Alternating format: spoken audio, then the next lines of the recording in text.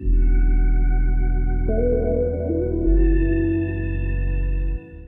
guys, welcome back to my channel. I hope everyone is doing okay and everybody's doing well. So as you can tell from the title of today's video, I don't know if this is a rant. I don't know if it's just me speaking about this topic because I feel so passionate about it.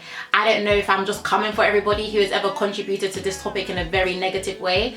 I just know that we need to talk, okay? And if you have me on Snapchat, then you know that something very interesting happened to me at work over the week, and I was sharing a bit of it on Snapchat, but then I realized that it was going to be too long. So then I posted on Snap if people wouldn't mind seeing a video about it, and they were like, Sarah, go for it, girl. Okay. So yeah, here is the video, and seeing as we're going to be talking for quite a long time, y'all know what I'm gonna say.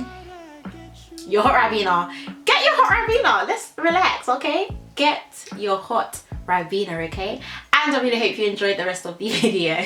I do not know where the lighting has disappeared to. Like literally it was just light outside, but we're just gonna manage. So I basically went into work because, as you guys know, the money needs to be made somehow, somewhere, someplace. So I went into work, and the manager that I was working with basically told me that his shift was going to be ending very soon because he needs to leave, but a new manager will be coming over. And I said, you know, that's fine, that usually happens with the business anyway. So the new manager now came in, and she signed onto the system and realized that there was a Nigerian surname. She turned to the old manager and said, oh, who was Nigerian that worked today? And he said, oh, it must have been Sarah. But oh, Sarah, I thought you were Ghanaian. Now I usually get mistaken for being Ghanaian anyway because you know, I don't even mind, because I think Ghanaian girls are gorgeous. Like I honestly think they're beautiful. So whenever anyone says I look Ghanaian, I'm taking it as a compliment, okay? So I was like, oh thanks, but no, I'm Nigerian.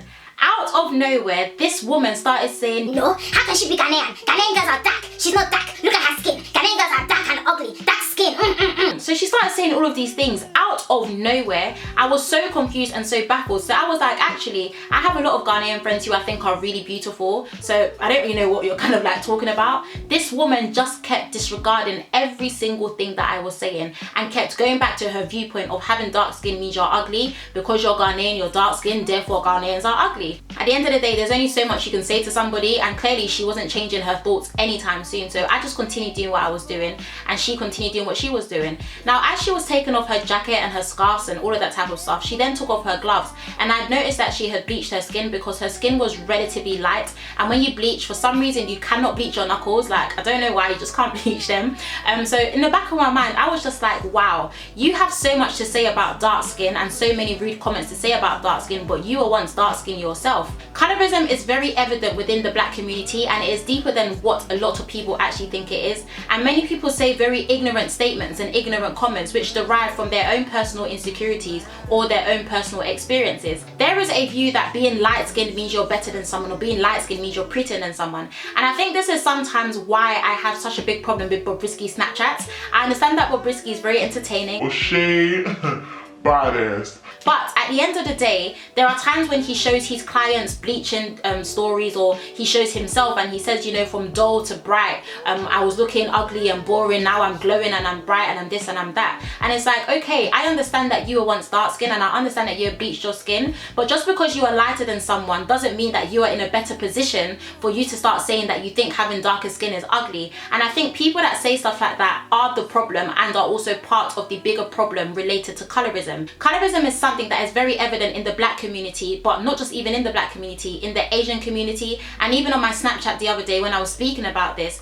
I have a subscriber in Brazil who was talking about how she's Brazilian and this thing affects her culture as well. But I think a problem also lies in the fact that some people say so many statements and they don't understand or see any wrong in what they are doing. I don't know if you guys remember, but a few weeks ago there was kind of like a big hoo-ha on Twitter where some people's tweets were kind of like being dug up from the grave.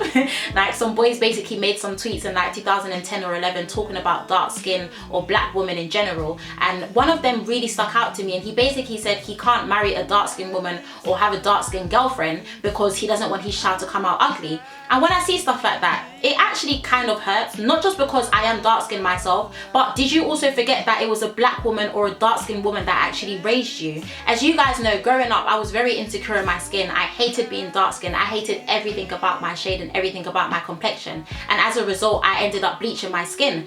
And it's even weird now when people tell me, oh Sarah, you know what? You're not even dark skinned, you know, you're more of a brown dipped in almonds with a little da-da-da-da-da. And it's like, okay, you can think of me like that, but am I now to change the way I perceive myself as being a dark skinned woman because you think I no longer look dark skinned? When years ago, I was told I was dark skinned, I was told I was blick, I was told I was ugly. Melanin comes in different shades, melanin comes in different colors, but people are now trying to put you in different brackets of melanin. So dark skin girls over there, girls that are almost caramel over there, chocolate chips with a little bit of, yeah, you guys over there. Over there you got the white chocolates with a hint of tan. Like, if I identify being dark skinned, then I identify being dark skinned, and that is just that. And I do very much believe that there's also a very strong movement with black females. We have done so much for ourselves, and we have created organizations where they didn't represent us, or we have created companies, adverts, campaigns, everything kind of above. But it's also like, it's kind of disgusting to know that sometimes being black is only ever favored when you are overly sexualized. You are dipped in oil, you are dipped in glitter, you're rolling around in a beach wearing literally next to nothing.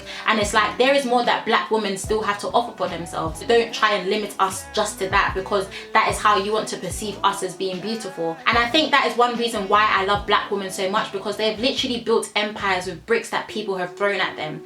And you guys know I love this phrase so much. It's about never basing the standards of your beauty on anyone else's but your own, because people's standards of beauty with dark skin, with black skin, with whatever skin will always change. But once you base the standards of your beauty on your own standards, whatever goes on around you, whatever statements are made around you, whatever this is happening or that is ever happening around you, it will never affect you, because the standards of your beauty are based on yourself, and you know you can always meet that standard because you are that standard. But I do think we still have a very, very, very long way to go, not just with other races and other cultures, but also within ourselves. You guys know on Snapchat I was ready to just start ranting, like I just wanted to just blur out like crazy. But we do also need to remember that colorism isn't just, you know, restricted to black people as well. You know, it happens in Latino communities, it happens in Asian communities, it happens to different cultures around the world.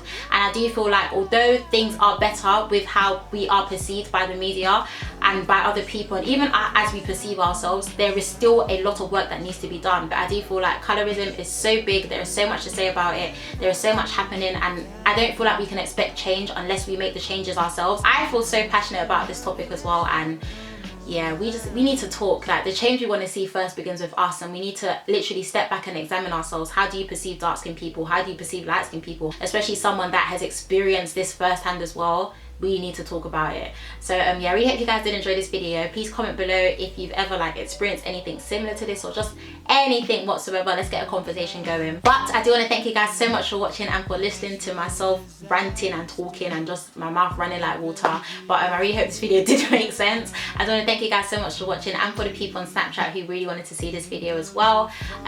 Please do take care, stay blessed, and I will see you next week Monday. Bye.